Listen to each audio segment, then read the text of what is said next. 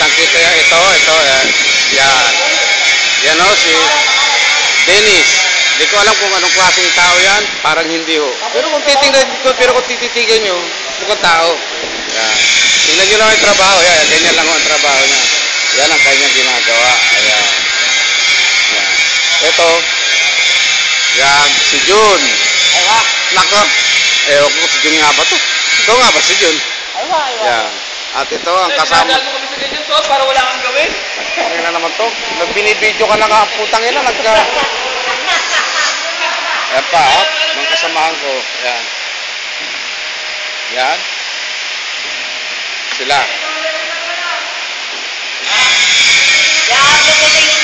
Yan ko sa YouTube eh. Para kang tanga eh. Ayan. Natin mo yan. Yan.